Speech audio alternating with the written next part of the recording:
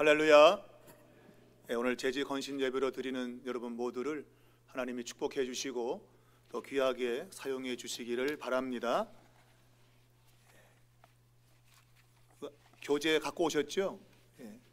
오늘 이 교재의 내용대로 가장 큰 헌신은 하나님 앞에 예배하는 것이고, 그리고 말씀과 기도에 헌신하는 겁니다. 말씀과 기도에 전념하는 것, 이것이 하나님에 대한 최고의 헌신이 되는 겁니다. 일을 많이 하는 것을 우리가 헌신이라고 보지만, 실질적으로 하나님께 우리 자신을 드리는 예배와 말씀과 기도, 이것이 최고의 헌신이 되는 것이죠. 그래서 지난 시간에 이어서 하나님과의 교제에 헌신해야 된다, 그런 의미로 두 번째 우리 함께 말씀을 살펴보도록 하겠습니다. 여러분, 하나님과의 교제의 시간을 가지고 계신가요? 개인적으로 하나님과의 교제의 시간. 양떼 목장 감사하게도 모든 목원들이 올해는 일독을 해서 저의 주머니를 털자, 그렇게 하시는데 감사한 일이죠, 여러분. 그런 일이 자꾸 일어나야 돼요. 말씀을 보는 것과 기도하는 것들에 대한 그러한 시간들이 우리에게 뚜렷이 있어야 됩니다. 역사에 보면 모든 신앙인들은 거의 말씀과 기도의 시간을 가졌던 사람들입니다.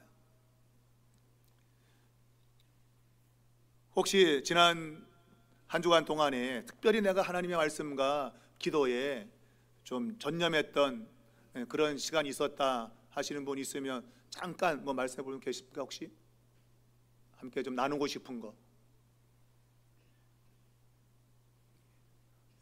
없으면 통과. 우리 너무 부끄러워서, 있긴 있지만 참 말하기 쑥스러워서 잘 하기 어렵지요.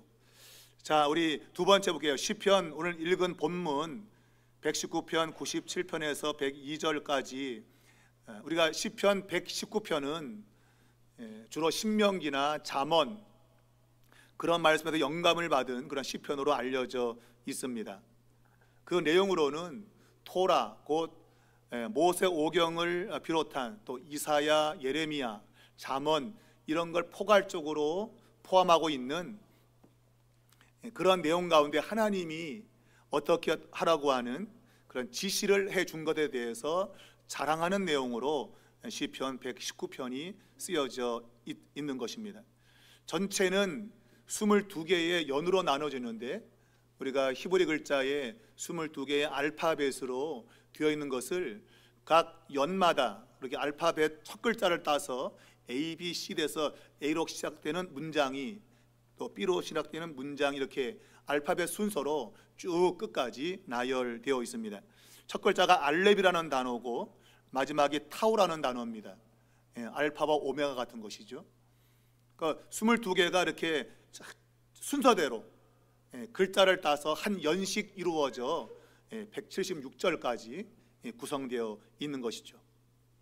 그 가운데 우리가 읽은 이 본문은 하나님의 그 말씀이 주는 그러한 지혜, 그 말씀이 주는 그 인생을 바라보는 통찰, 그런 것들에 대해서 자랑하고 찬양하는 그런 내용으로 기록이 되어 있습니다.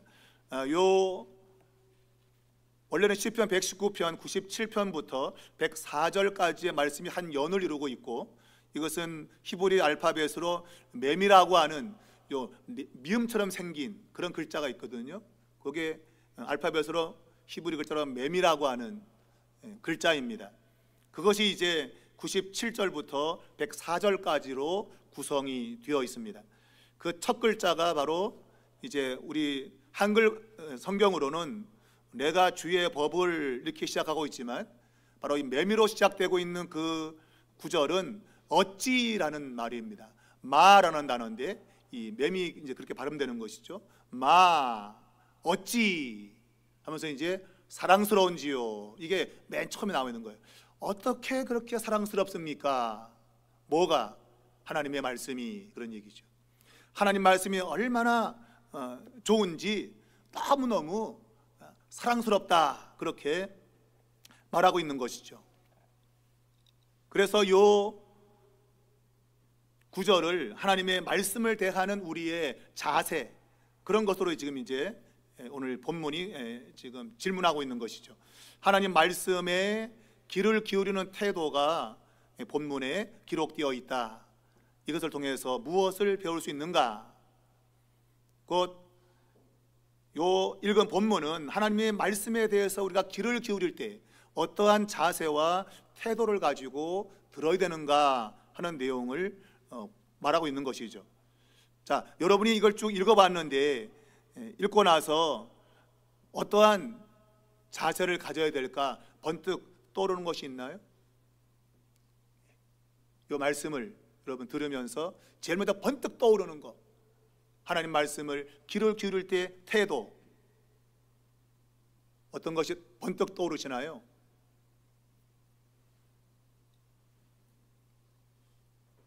자, 말씀해 보실 분.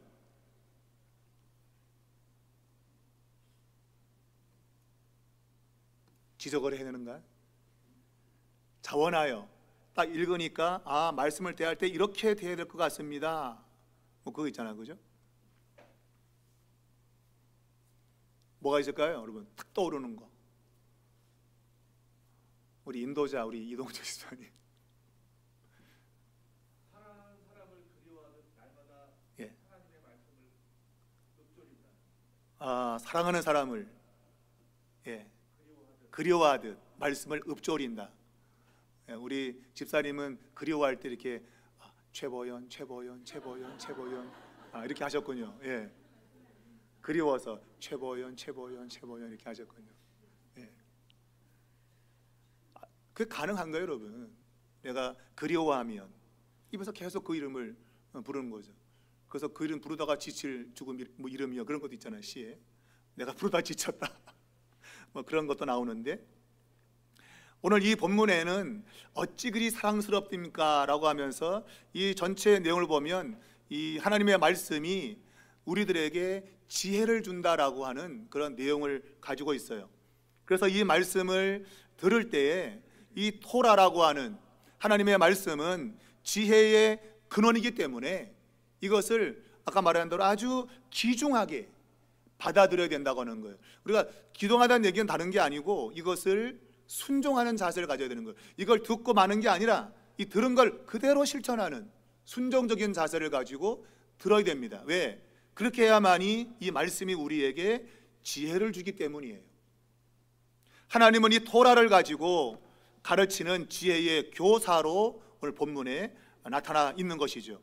우리가 102절을 보면 주께서 나를 가르치셨으므로 내가 주의 규례들에서 떠나지 아니했다라고 고백하고 있는데, 여기 보면 때로 우리가 하나님 말씀을 우리에게 하나님이 주셨다, 그러니 이거 가지고 이제 그냥 우리가 살아갈 수 있다 이렇게 생각할 수 있지만 오늘 시편 기자는 그렇게 보지 않습니다. 하나님의 말씀을 끊임없이 하나님께서 우리에게 가르쳐 줘야만 되는 그러한 말씀으로 보고 있는 거죠. 내가 혼자 가지고 그냥 인생을 살 수 있겠다라는 게 아니고 주님께서 나를 가르치셨으므로 하나님이 끊임없이 말씀을 가르쳐 주시는 그러한 모습으로 말하고 있는 거죠. 그러면 나는 배워야 되는 것이죠. 배움의 자리에 있어야, 하나님 말씀을 배우는 자리에 있어야만이 지혜를 얻게 된다는 거예요. 스스로는 이것을 통해서 지혜를 얻기가 어려운 겁니다. 주님께로부터 이것을 배워야 되는 거예요. 주님이 가르쳐 주시는 겁니다. 그러니 우리가 교회에서 뭔가를 하게 될 때 이것을 배우려고 하는 자세를 갖지 않으면 안 되는 거예요.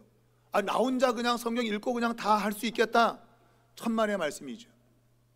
말씀을 배워야 됩니다. 1차적으로는 앞에서 가르치는 사람을 통해서 배우지만, 그러나 더 근본적으로는 성령을 통해서 깨닫게 되는 것입니다. 성령은 우리를 가르치고 지도하시죠. 예수님께서 당신이 가고 나면 성령, 보혜사, 성령이 오실 텐데 그가 오시면 내가 너희들에게 말했던 것들을 생각나게 한다.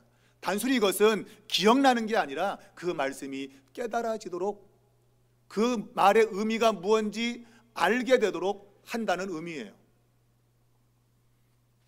그러므로 우리는 끊임없이 배우는 자세를 가져야 됩니다. 아유, 내가 얼마나 오랫동안 교회 다녔는데 뭘 또 배워?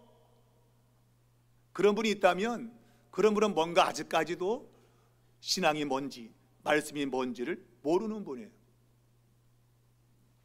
하나님의 말씀에서 떠나지 않기 위해서는 끊임없이 주님이 나를 가르치는 것을 배워야 되는 겁니다. 그것이 오늘 이 맴으로 표현되어진 13번째 글자가 포함하고 있는 그러한 의미다, 그렇게 볼 수 있는 것이죠. 자, 하나님의 말씀을 대하는 4가지 태도를 여기 적었습니다. 자, 첫 번째, 자, 시작. 말씀을 사랑한다. 두 번째, 시작. 말씀을 묵상한다. 세 번째, 시작. 말씀의 가르침을 받는다. 네 번째, 말씀을 배운 대로 지킨다. 예, 말씀을 사랑하는 마음을 가지고, 사랑하는 마음이 있으면 최보연 자꾸 이제 묵상하게 되는 것이죠. 그리고 말씀을 배우게 되고, 그러면 그것을 지켜나간다. 지킨다는 얘기는 주님의 규례에서 내가 떠나지 않는다, 그 말씀을 지키며 내 인생을 걷는다 하는 거예요. 이것이 오늘 이 말씀을 대하는 그런 우리의 자세, 태도다. 그러니까 뭔가를 배워서 그것을 실제적으로 내 삶의 순종으로 연결시키려고 하는 그것이 말씀을 대하는 태도가 되어야 된다고 하는 것이죠. 그러므로 우리가 하나님의 말씀 듣기를 좋아하지 않으면 하나님의 길을 걸을 수가 없어요. 말씀을 좋아해야 됩니다. 그래야 그 말씀이 내게 깨달아지게 되고, 그래야 하나님의 뜻에서 걸어갈 수 있다고 하는 것이죠. 그러므로 우리가 매일 이 성경을 읽기 위한 시간들을 정하고, 그리고 묵상하는 그러한 습관을 가지는 것이 매우 중요합니다. 우리가 습관은 제2의 천성이다 그러잖아요. 날 때보다 타고난 것이 있지만, 그러나 내가 반복해서 뭔가 하게 되면 마치 그것은 내가 타고날 때보다 가졌던 것 같은 천성이 된다. 그게 이제 습관이죠. 습관을 우리가 좋은 것으로 드러나야 됩니다. 말씀을 내가 가까이 하는 습관, 때 되면 성경을 펴고, 때 되면 기도의 자리에 있고, 그런 습관들이 필요한 거예요. 누가복음 22장 39절에 보통 우리는 예수님께서 마가복음 1장에 보면 새벽 날이 밝기 전에 라고 되어 있는데, 원래 그 의미는 밤이 아직까지 깊은 중에 라는 뜻이에요. 아직까지 캄캄한 시간을 의미하고 있는 거예요. 새벽이라고 말했지만 실제로는 아직도 어두운 밤인가 봐. 아직도 어두운 밤에 캄캄할 때 주님이 한적한 곳에 가서 기도하셨다 한 거예요. 근데 그 본문에는 습관이라고 하는 말씀은 없어요. 근데 주님이 기도한 습관이 있었는데, 그것은 누가복음 22장 39절에 거기 보면 습관을 쫓아 감람산에 기도하라고 하셨다고 돼 있어요. 거기 분명히 습관을 쫓아 했다고 되어 있습니다. 그것은 시간만 되면, 그 시간만 되면 그곳에 기도하러 가신 거예요. 그게 몸에 밴 거예요. 습관인 거예요. 바로 그러한 겟세마네 동산에서의 그 간절한 그 기도가 결정적 십자가 사건을 앞에 두고 땀방울이 핏방울 되도록 기도하시면서 결국 십자가를 지시는 사명을 감당할 수 있게 되었던 겁니다. 그것이 결국 습관을 통해서 이루어진 거예요. 습관을 통해서. 우리가 히브리서 10장 25절에 보면 어떤 사람들의 습관과 같이 하지 말라고 하면서 뭐라고 되어 있습니까? 모이기를 패하는 어떤 사람들의 습관처럼 하지 말라는 게 뭡니까? 예배에 참여하지 않는 것이 습관화된 사람, 예배에 빠지는 것이 습관화된 사람, 그런 사람처럼 되지 말라 하는 거예요. 어떤 때? 마지막 때가 가까움을 볼수록. 여러분, 마지막 때는 점점점 깊어가고 있죠. 지금은 종말의 시대에 우리가 살고 있습니다. 예수님 오신 그때부터 계속 종말의 시간들입니다. 근데 그 시간은 점점 깊어지고 있죠. 그러므로 우리는 그 시간이 깊어지면 깊어질수록, 때가 점점점 가까워지면 질수록 모이는 것을 피하는 사람처럼 그들의 습관처럼 하지 말고 모이기를 서로 권하여 힘쓰자. 그러니까 자꾸 모이는 습관들을 가져야 되는 거예요. 모이는 습관들. 근데 점점 이 시대는 모이는 습관이 점점 줄어드는 그러한 시대가 되고 있는 거죠. 여러분, 좋은 습관을 가지기 바랍니다. 말씀을 읽는 습관, 기도하는 습관, 그것이 내 몸에 배어있어서 언제든지, 그 제가 얘기하잖아요. 야, 네 엄마 어디 갔냐? 그러니까 교회 기도로 왔겠죠. 뭐 이렇게 돼야 돼. 엄마 어디 갔냐? 교회 봉사로 왔겠죠. 뭐 이렇게 돼야 돼. 엄마 어디 갔냐? 글쎄요, 놀러 갔겠죠. 뭐 이러면 안 되네. 그리스도인들은 언제든지 하나님에 대한 신앙에 대한 습관이 돼 있어요. 습관이. 그것이 결국은 인생에 대한 지혜를 얻고 결국은 하나님의 복을 받는 그런 비결이 된다고 하는 거예요. 여러분에게 좋은 습관이 있길 바랍니다. 좋은 습관, 말씀 보는 습관, 기도하는 습관, 이런 것이 있어지기를 바랍니다. 자, 성경을 매일 어떻게 읽는 것이 가장 좋을까요? 여러분, 성경을 매일 어떻게 읽으면 좋을까? 여기 이제 잠깐 써놨는데 성경 읽는 것이 쉽지는 않습니다. 어렵습니다. 그래서 보통은 이제 처음 믿는 사람에게는 요한복음부터 읽으라고 그렇게 권합니다. 공통적입니다. 요한복음에는 예수님이 어떤 분인가를 가장 먼저 아주 쉽게 이야기를 해주고 있기 때문이죠. 근데 실제로 요한복음이 굉장히 어려운 성경이에요. 그러나 예수님이 어떤 분인가 하는 것을 직접적으로 알 수 있는 그러한 성경으로 요한복음을 읽을 것을 그렇게 권장을 하고 있습니다.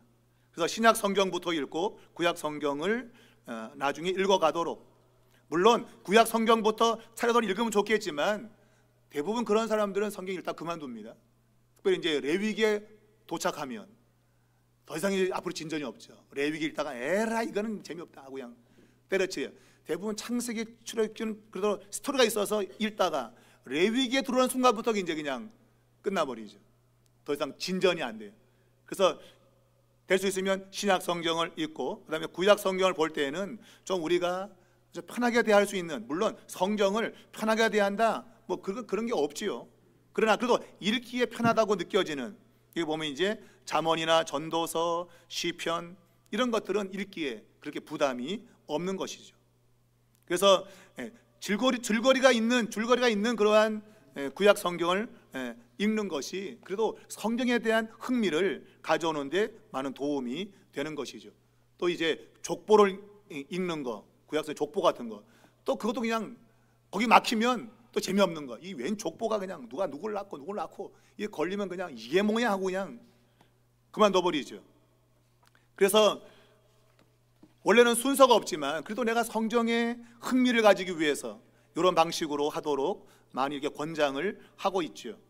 자, 말씀을 묵상하면서 경건의 시간을 가진다면 차례대로 한 장씩을 읽든지 아니면 어디서 어디까지 그렇게 정해놓고 묵상하며 기도하는 것이 좋다 하는 겁니다. 그러니까 뭐든지 정해서 그것을 꾸준하게 하는 것이 필요하다, 그러한 말씀이겠죠. 자, 매일 성경을 읽고 묵상하는 시간을 갖는 것이 하나님과의 교제의 기본이라면 내일부터 자신은 어떤 방법으로 성경을 읽고 묵상할 것인지를 말해봅시다. 자, 양떼 목장 우리 두준호 집사님, 아까 말한 대로 정해진 분량 읽지 않으면 미디어를 안 한다고 그랬는데 굉장히 잘하시는 거예요. 근데 구체적으로 그냥 이렇게 우리가 주보에 있는 거 읽을 분량만 딱 하시는 건가? 아니면 또 다른 방식이 또 있나요? 같이. 야, 이건 훨씬 낫네. 같이.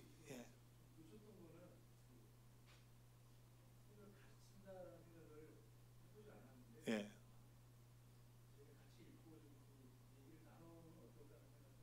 예. 아, 오늘 말씀에 적용이 그냥 바로 그냥 벌써 이미 됐었네, 그죠? 부지런히 가르쳐라. 예. 예, 저 집에 아주 희망이 있습니다. 예. 저 집안은 정말 잘 될 집안이에요. 나 혼자 하는 게 아니고 같이, 더더욱 의미가 있죠. 아이들에게 한다는 것은. 여러분에게도 이런 모습이 있기 바랍니다. 야, 같이 성경 읽자, 이런 부분들 너무나도 좋은 것 같습니다. 자, 5번 아래의 성경 말씀을 읽고 어떤 태도로 어떻게 기도해야 될 것인가. 예, 여기는 이제 기도에 대한 내용을 담고 있어요. 말씀과 기도가 하나님과의 교제를 의미하는 것이죠. 그러면 그 결과는 무엇인가 말해 봅시다. 자, 에베소 3장 14절 15절 함께 읽습니다. 시작. 이러므로 내가 하늘과 땅에 있는 족속에게 이름을 주신 아버지 앞에 무릎을 꿇고 비노니. 아멘. 자, 여기서 어떤 태도로 어떻게 기도하라고 말하고 있습니까? 에베소서에서는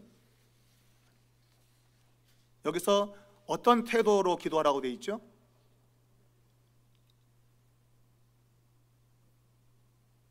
어떤 자세입니까? 어떤 태도? 그 뒤에 나와 있잖아요. 무릎을 꿇고 빈다 되어 있잖아, 그죠? 자, 실제로 유대인들은 무릎 꿇고 기도하지 않습니다. 그들은 서서 기도합니다. 유대인들의 기도의 습관은, 관습은 서서 기도하는 것이 그들의 기도의 자세입니다. 그런데 바울이 여기서 무릎을 꿇고 기도한다라고 하는 것은 굉장히 의미가 있는 거죠.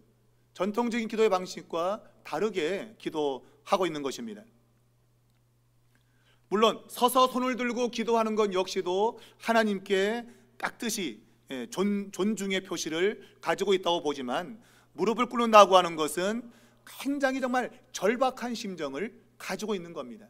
그러니까 하나님이 아니면 도무지 안 될 그러한 마음을 가지고 기도하는 모습을 무릎 꿇고 기도한다고 말하고 있어요. 실제로 이것이 그냥 외형적으로 무릎 꿇는다는 그러한 의미도 되겠지만, 더 깊은 의미는 그만큼 하나님께 간절함이 담겨 있다는 겁니다. 그것을 무릎 꿇는다는 말로 표현하고 있는 것이죠. 우리가 다니엘서 6장 10절을 보면 다니엘이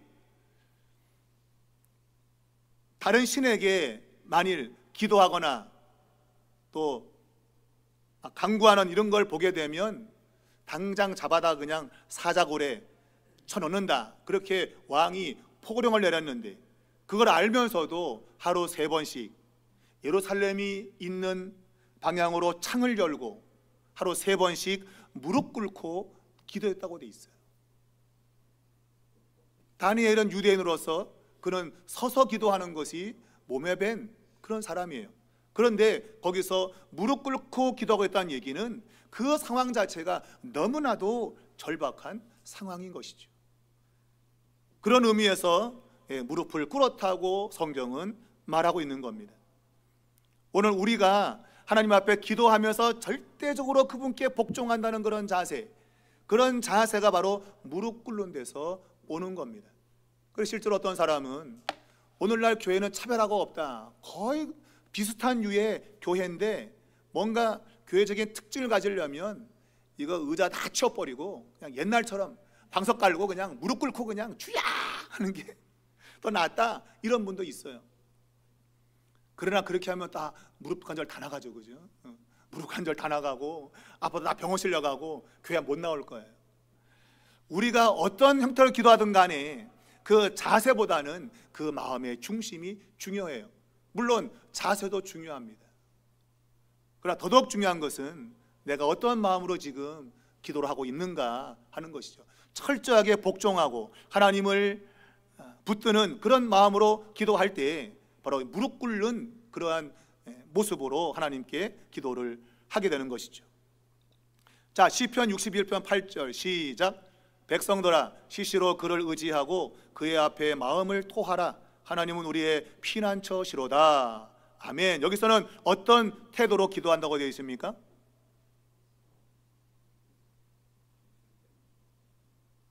좀 크게 말씀하세요. 제가 가는 기가 먹어가지고. 진실된 마음. 예. 예? 의지하는 마음으로. 예. 또 있을까요? 예. 다 맞는 이야기지만 여기서 핵심적인 것은 그의 앞에 마음을 토하는 겁니다. 마음을 토하는 기도, 이게 이 본문에서 주는 기도의 자세입니다. 토하는 기도가 돼야 돼요. 토하는 기도. 이 토한다고 돼 있지만 이것이 원래 의미는 쏟아낸다는 뜻입니다. 쏟아낸다. 우리가 기도 가운데 쏟아낸 기도를 한 사람이 있죠. 바로 사무엘상 1장에 보면 한나가 자식을 낳지 못함에 대해서 기도하러 올라가서 나는 나의 심정을 통했다라고 돼 있어요. 막 안타까운 마음으로 막 그냥 기도하는데 말이 안 나오는 게 입만 그냥 중얼중얼이니까 저 여자가 술 먹고 왔구나, 술 취했구나. 그게 본 거죠. 입만 막 통하고 소리는 안 나니까. 근데 내가 술 취한 게 아니라 내가 하나님 앞에 내 심정을 통한 겁니다. 통했다는 단어가 쏟아냈다는 단어입니다. 쏟아냈다. 내 마음을 쏟아낸 겁니다. 그러니까 이것은 완전히 자기 자신을 개방한 거죠. 쏟아낸 거는 남김없이 비웠다는 거예요. 내 안에 있는 그 내 마음이 완전히 드러났다는 겁니다. 쏟아냈다고 하는 거는. 하나님께 기도하면서 뭔가 숨기고 있는 거 있죠, 그죠? 그냥 대충 얘기하고 진짜는 숨겨두고 기도에 흉내만 내는 그런 기도, 그런 기도에는 하나님이 응답하시지 않죠. 완전 나를 개방하는, 완전 나를 비워내는 그러한 기도가 필요한 것입니다. 우리가 이 쏟아낸다는 기도를 또 한 곳에 볼 수 있는 것이 열왕기하 19장 14절과 이사야 37장 14절에 히스기야 왕이 아수르가 침략해 와가지고 지금 항복을 막 권유할 때, 야, 히스기야의 기도 그 소리를 듣지 마라. 여호와가 니네 구원하지 못한다. 항복해라. 안 하면 니네 입에다가 똥을 쳐넣는다. 막 그러잖아, 그죠? 막 그냥 있는 말 없는 말 막 하잖아, 그죠? 그러면서 편지를 보내세요. 편지를. 근데 그 편지를 들고 히스기야가 성전에 올라가 하나님 앞에 그 편지를 펼쳐놓고 기도했다고 돼 있어요. 근데 펼쳐놓았다는 단어가 쏟아낸다는 단어예요. 그냥 단순히 편지 펼쳤다는 말이 아니고, 보십시오 하나님 하면서 여기 기록되어 있는 것에 내 마음이 지금 이렇게 완전히 하나님께 지금 드려집니다. 그런 의미예요. 그러니까 단순히 편지가 펼쳐진 게 아니라 그의 마음이 완전히 오픈되어 있는 거예요. 그의 마음이 완전히 열어 젖혀져 있는 거예요. 그러니까 하나님이 전적으로 하나님 역사하지 않으면 안 된다고 하는 그런 간절함이 그 편지를 펼쳐놓은 것에 있는 것이에요. 여러분, 기도의 응답은 바로 이러한 개방성, 나를 완전히 오픈할 때 하나님이 역사하는 겁니다. 목장에서 기도할 때도 어떤 분은 그래요. 진짜 그 기도의 제목을 놓고 기도해야 되는데 숨기고, 몇 가지는 숨기고 그냥 폴뚱말뚱 그런 기도 제목을 낸 사람들이 많습니다. 여러분, 목장 모임 해보면 정말 나의 안에 있는 걸 그대로 오픈하고, 여기 있는 우리의 이 식구들을 내가 신뢰하고, 하나님 이것을 내가 완전히 오픈하면 하나님이 역사할 것을 믿고 나를 공개해야 되는데 공개 잘 안 합니다. 여러분, 왜? 공개했다가 이게 말이 옮겨가면 이게 힘들거든요. 그러니까 믿지 못하는 거예요. 서로도. 그게 무슨 기도가 됩니까, 여러분? 무슨 응답이 있어요? 없죠, 여러분. 그런 모임 하나 많아요, 여러분. 그런 모임. 나를 완전히 오픈시켜서 신뢰해야 돼요. 나의 모건을 신뢰하고 나를 완전히 오픈시켜야 돼요. 개방을 시켜야 돼요. 그래서 정말 이런 기도의 제목이 있습니다. 기도해달라고. 함께 기도할 때 하나님이 그런 기도에 응답하시는 것이죠.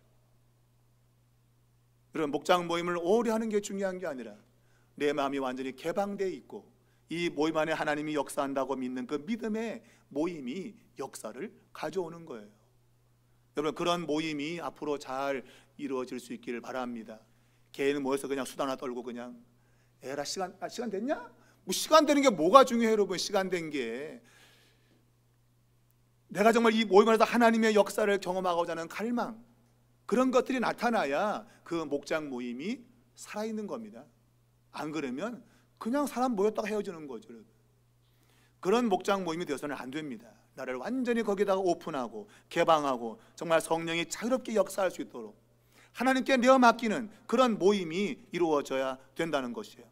자, 마태복음 6장 6절에 같이 읽습니다. 시작. 너는 기도할 때에 내 골방에 들어가 문을 닫고 은밀한 중에 계신 내 아버지께 기도하라. 은밀한 중에 보시는 내 아버지께서 갚으시리라. 여기서는 어떤 태도일까요?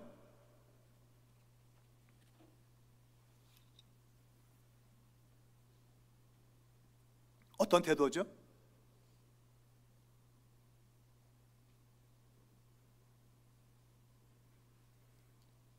은밀한 중에 하라는 거죠. 은밀은 뭐예요? 외식하지 않는다. 외식.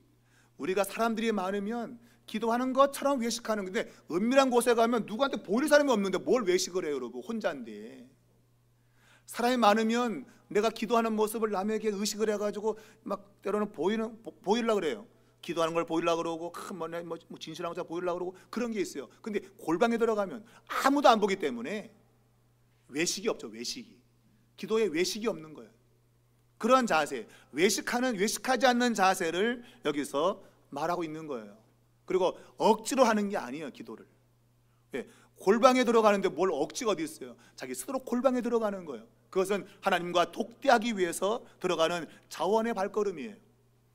그러한 기도를 하나님이 들으신다 하는 것이죠. 여러분, 기도는 남에게 보이기 위한 것이 아닙니다. 기도는 하나님께 나 자신을 드러내는 것입니다. 그러한 기도에 하나님이 응답하신다 하는 것이죠. 자, 마지막 우리 6번 봅시다. 무엇이 하나님과의 교제를 방해하는 요소가 되며 그것을 해결하기 위해서 어떻게 해야 되는지 얘기해 봅시다. 자, 요한일서 1장 6절 시작. 만일 우리가 하나님과 사귐이 있다 하고 어둠에 행하면 거짓말을 하고 진리를 행하지 아니함이거니와. 자, 여기서는 교제를 방해하는 요소가 뭡니까? 예, 맞아요. 어둠에 행하면 누가 그랬죠? 말을 했죠, 그죠? 내가 미리 말하는 거예요. 예, 말할 줄 알고. 자, 어둠에 행하면 하나님과의 교제가 방해가 된다. 여기서 어둠이라고 하는 것은 어떤 의미일까요? 이것은 넓게 보면 죄를 범하는 것이고,